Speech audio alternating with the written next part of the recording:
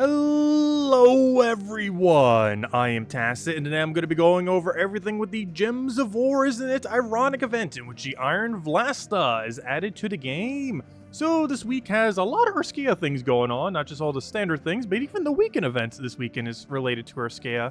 Aside from that, we also have the start of the little summer thingy that's going on.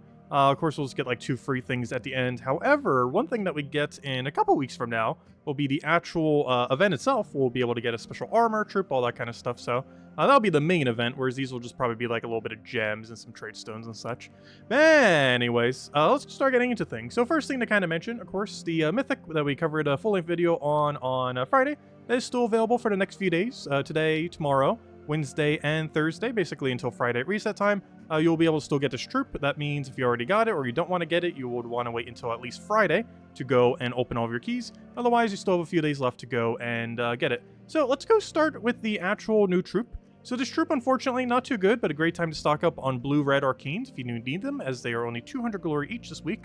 As far as the troop, nothing special here. Ends up dealing some damage to an enemy, and if it has taken any amount of damage, it'll enrage itself and gain barrier. There are already quite a few things that can do pretty similar for more consistently and with a lot more value. It does gain enrage whenever an enemy dies, but you could just use Slayer Hero Clash or something similar for that. And it does have a little bit of score reduction, but not enough to really justify ever using it. So it'll pretty much just be for a Kingdom upgrade. And a Kingdom upgrade it is, as it does reach 22 star for the Kingdom, which is a little bit of extra tribute chance, which is a little bit extra gems per hour, which is always nice to see. As far as the event key is concerned, of course, it is associated to that of Urskaya. As far as the Urskaya drop table, there are quite a few things not in it. So if we go bring it up real quick, all the way down here to however the alphabet works, and then click on base rarity, and might as well show all. We should have everything now. But anyways, so everything not in drop table. Enrage Karandera, brain processing. Normal Karandera should be in drop table. Yes. Wait, Brain has to think that over for a second. Yes, normal Karandera is a standard mythic. Enrage Karandera is the one that is weird. So yeah, Karandera is just standard drop table. So Enrage Karandera, all the Werewoods troops, all 4 of them. And that is it. So those 5 are the only ones not in drop table. So as far as opening event keys is concerned, it's pretty skippable. There's nothing really here that you'd want to get unless you're just trying to get some of the mythics, other than Enrage Karandera, which you have to get in Soulforge. But unless you want to get some of the mythics just for completing out the kingdom, there really isn't any reason to open event keys here. Urskaya has been, it's kind of the kingdom of Enrage, but Hero already does that so well that you basically never need the mechanic on your team, as your hero alone is the only Enrager you really ever need in the entire game. And most of them, despite being pretty enrage-based, there's not like a single thing you could really point to in this kingdom that is particularly good at using enrage. They all do to some degree, but such a small thing. Like this guy does what, 5 extra damage? 9 extra damage for the enrage thing. And it's just like stuff like that where, you know, it's like a benefit, but it's not that big of a benefit. So overall, it's a pretty skippable week. I wouldn't really bother doing event keys unless you're just looking to up the kingdom stars, either to 10, 20, or if you really want to, 22. But that's really the only reason why you would end up opening event keys. Anyways, as far as the world event is concerned, somewhat straightforward, though also weird. Basically, just do it in rarity order and never take Frost Lizard. However, there's one caveat to that. Whenever you keep taking the same room, you do gain more points this week.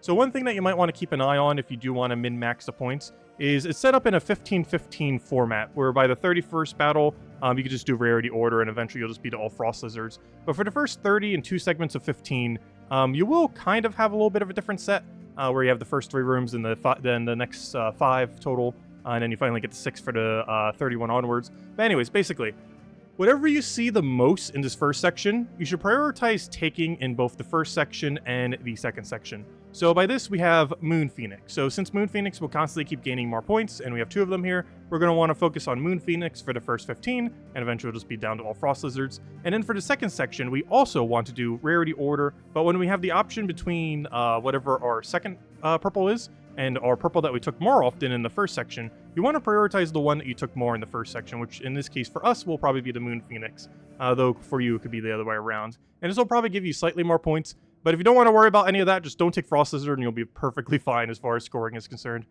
We do have extra damage to both spells and skulls, though due to what we have options to, you're probably mostly going to be using spells, though you do have option to both, of course. The restriction is specifically to blue warriors and generators. This leaves you with quite a few good empower options, as well as quite a few really nice powerhouses. We have Truffle, we have Beatrix, quite a few nice mythics too. If we go to base rarity here, we can actually see a couple of them here.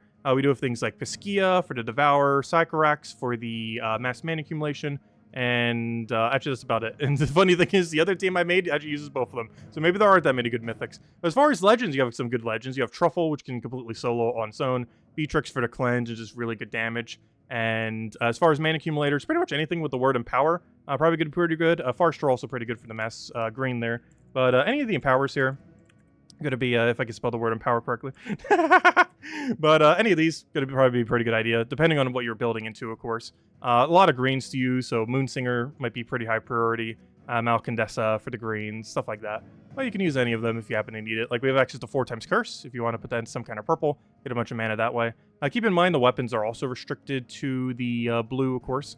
But there's some good things like Interceptor, Admiral Crystal, Dawnbringer if you want to go down that route. Broadside Pistol even could be. Dawnbringer, as I mentioned. Of course, you could go on the Doom weapons if you really want, just as like a damage in the back. Obviously, Shea's Tome, really good, especially if you're using some of the elementals because you get mass mana accumulation on it, stuff like that. So, you know, pretty much the standard weapons you'd already be using. Oh, we also have access to a really fun flask somewhere in all this. Flask, right? Flask. But yeah, not one I use too often, but it's really good. It's the strongest potion option in the entire game. But yeah, you have access to that if you want to. One of the only few extra turn weapons as well.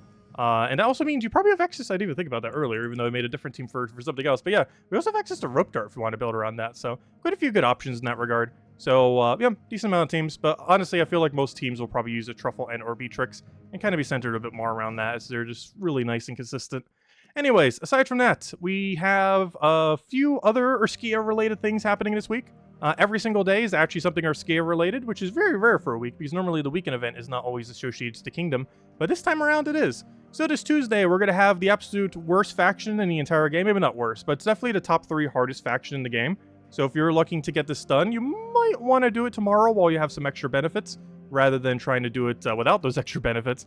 But it is Werewoods. It is notorious for having some of the highest amount of RNG of any faction. It and Laraza's Lair are probably the 2 most luck-based factions in the entire game. Not necessarily the absolute hardest, but there's a lot of luck that can completely mess up your run. So that can be very problematic, as both of them have luck-based mechanics every single time you cast. Whereas for Laraza's Lair, it's basically a 1 in 3 chance you'll do the thing you want. And in this place, basically, they constantly keep transforming back and forth. And every time that does, it could completely ruin the composition of your team. So it's a bit of an awkward one to end up running. We'll explain a little bit more once we get to the team section of this video. Wednesday, we have the Urskaya bonus pet. Thursday, we have the Sentinel hero class. Sentinel, decent. It's pretty tanky, not used as much ever since Elementals came into the game, as Elementals basically does its role better. But one thing that it can do that Elementals can't is it can be really tanky while having Dispel. Dispel being very situationally useful if they have a lot of Submerge, a lot of Barrier, other beneficial perks.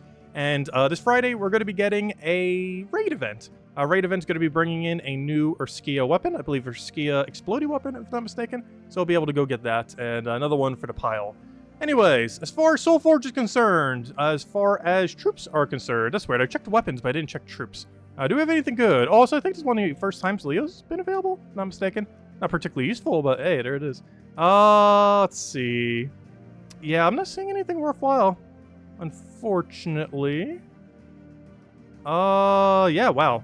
This is a very bad week for Mythics. Well, pretty skippable week then for crafting Mythics, it looks like. Anyways, as far as weapons, also pretty skippable. Nothing particularly special here, unless you're just looking to get the requirement to get to some kind of upgrade for the kingdom. Nothing that you really need. Yeah, just a bunch of like Urskaya boost weapons like this and stuff like that. And that's basically it. There's almost nothing else here. It's pretty much just weapons that you would get to a certain kingdom star, and that is literally it. So Soulforge, pretty much a complete dud this week. However, let's start getting into all the teams. So, of course, let's start all the way from the top. World event. So, as mentioned this earlier, Piskia Sycorax is going to be really amazing. Piskia with its Mass Devour option, Sycorax for its infinite mana accumulation, as well as HP. Moonsinger as just our Empower, as you generally want to have that, just for bursts of mana accumulation, as we don't have too many other ones other than the Empowers as far as particularly good ones to use for it. And of course, Beatrix, in case we need cleanse, also has a lot of mana accumulation to get into them too, and we're probably going to be getting excess mana a lot of times. And oddly enough, oh, I was going to say, it's pure blue, but yeah, duh, it has to be pure blue. But it is pure blue in a way that doesn't repeat, so you actually get the bonus, unlike the other team. Because when you repeat a troop like this, you don't actually get the 4 blue bonus. However, it's definitely worth it because double truffle, honestly, I'll probably be using this team. But Forest Troll into double truffle, classic. Archer, just to give a green storm, makes it even more consistent, just literal infinite loop, as long as you still have the green storm active. So that's pretty much the whole premise here. You will ideally get full mana within 4 turns. If you do, you have infinite loop truffle, and then you win. And you have a lot of extra damage, so it won't be slow. One big issue of this team is truffle generally doesn't do enough damage. But when you have, 160% more, 320% more, something similar during the event week this week, it's going to be substantially higher. And you will sometimes go like Mirage Queen here. However, Mirage Queen does not fit within the restriction of the mode. So you want with O'Shea's Tome. It boosts ratios from elementals and blues. And guess what? Our entire team is elemental and blue. Oh, except for our hero, which is running as Archer. But you're already going to have so many explodes that it's basically the whole board anyways. You're only getting 4 less when you're already doing like, what, 20-something explode? Because you're getting 16 for all the blues and 3 for the 3 elementals. So 3, 12, 28. So you'd be getting 28 total explode. So that's pretty substantial. Likely to be a good majority, if not the entirety of the board. And we're doing it with Archer simply for the green storm and for half mana start, so you can get that rolling a bit quicker. You could set the banner into a +1 yellow as well. I ended up just going into green-blue. The +2 green being the most important thing just to get truffle rolling. Anyways, let's go over the faction team. So faction event is a green-red restriction for Werewoods tomorrow. As far as the first team that we have here, pretty standard, pretty much as standard as you could possibly get. Rowan build.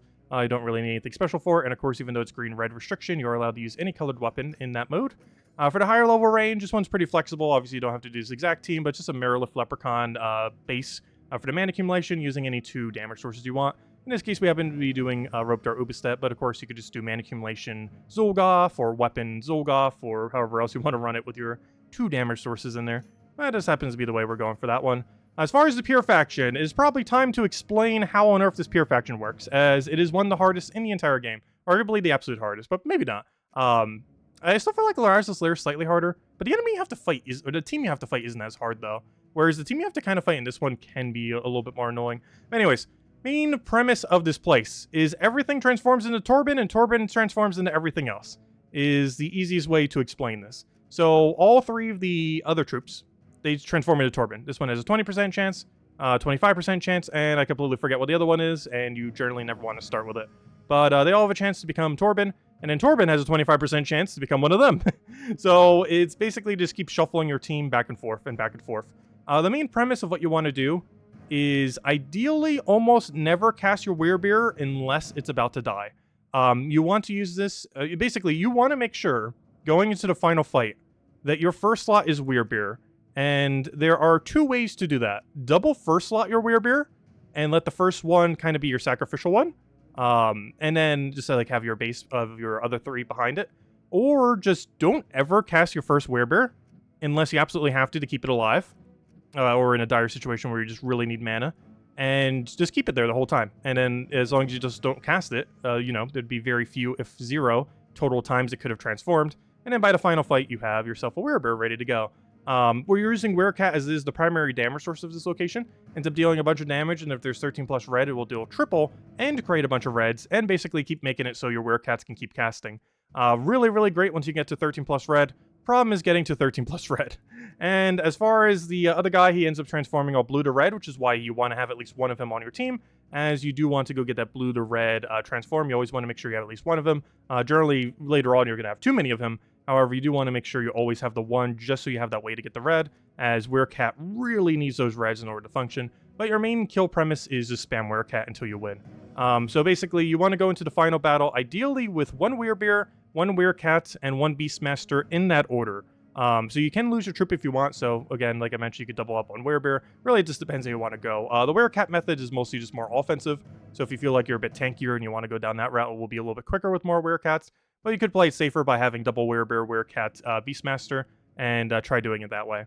But overall, you're going to be completely dictated by the transform RNG, as casting any of these, including the Werecats, will potentially transform you into something you don't want to be. And ideally, you want to, as quickly as possible, get that to transform back once that does happen. But even then, it might transform into something completely different. So it's just a complete mess. But yeah, make sure your Werebear survives to the final. Werecat's your main damage. And Beastmaster is the way that you get the reds for the Werecats. And that's pretty much the main premise of the faction. And the 4th one's just not really used. Sentinel class. So, as far as Sentinel class event, you'd be restricted to... oh wait, I just realized.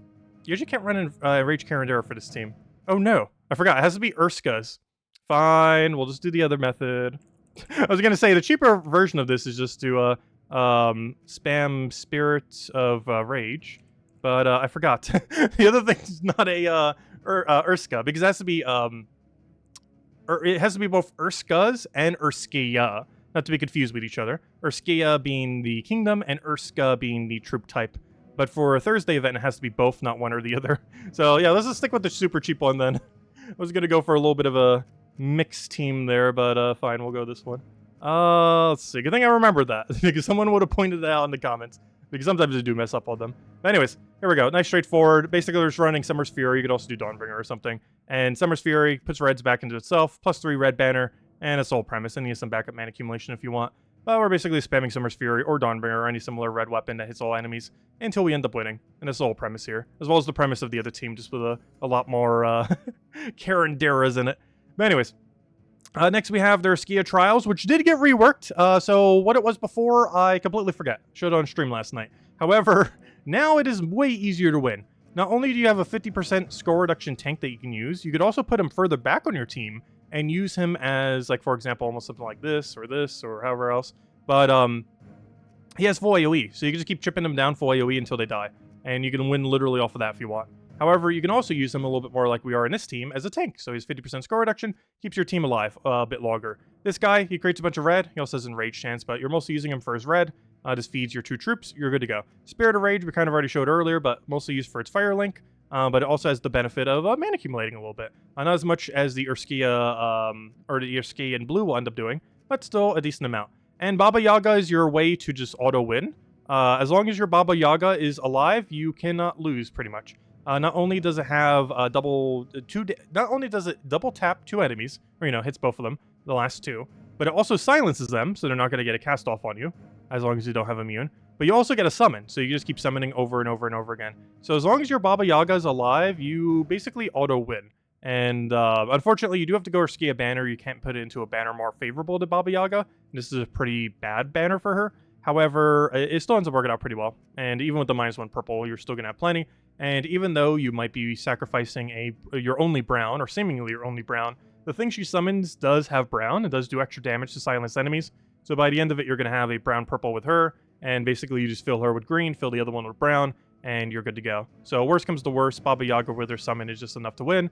But you're basically just damage pressuring and defense pressuring with the Ursavis. And mana accumulating with this. This guy just kind of chills here. And this is your auto win when things start to get bad. And that's pretty much the whole premise for that. Anyways, as far as the raid event, it is also Urskaya, as is everything this week, seemingly. So with Urskaya raids going on this weekend, you will be restricted specifically to Urska the kingdom, not Urskaya, or sorry, Urskaya the kingdom, not Urska the type. So you can use any kind of troop within this, including Carandera. In this case, you can use Carandera. Thursday class event, no. Friday raid event, yes. You can run it there. So if you want to run Carandera and Rage Carandera this weekend for the raid event, you can.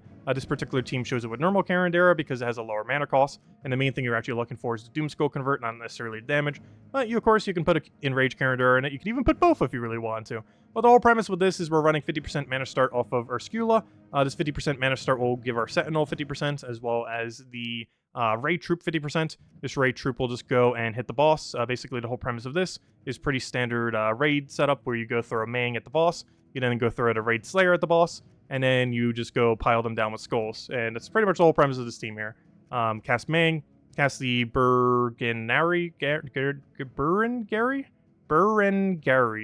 yeah, that. And then do Carandera, and you're good to go. Basically, just go straight down the line of mana accumulation there. Unfortunately, we don't have a mass mana accumulator here, other than just starting with 50% mana start. So mana might be a little bit harder to come by. You could always place one out if you really need to. Could even replace out Urskaya for that, potentially. And just go like a half mana start hero class. Because the only thing that you would really need that 50% for is technically this guy. So if you'd rather just put a mana accumulator there, you can also go down that route. But that's basically the whole premise. Cast Mang, cast the Burengari, cast Carandera, you won. And it's just here to help them get a little bit more mana quicker. And that's the whole premise there. But anyways, guys, that'll wrap it up for now. Pretty uneventful week as far as Gems Award this week. However, we have a lot of things coming up. But the 7.0 is already in beta. So, yeah, that patch will probably be later this month, early next month. So we have that to look forward to. And as we can already see in game, the summer event's happening in 3 weeks. So that's going to be bringing in, you know, new pet, new troop, new armor. Armor looks really cool too. Really looking forward to that one. Honestly, all the armors they've been doing for those events have been pretty nice looking. Been enjoying that we finally have more cosmetics for that. I hope they do that more in the future, especially since they're pretty much free too. Making them even better, unlike the like paid cosmetics they had in the past. But yeah, just keep doing free ones. These have been really nice so far. But anyways, guys, if you still have any other questions, feel free to leave in the comment section below. All the teams we went over are in the description if you want to go and copy paste any of them. And I will catch all of you guys later. Goodbye, everyone. Thanks for watching.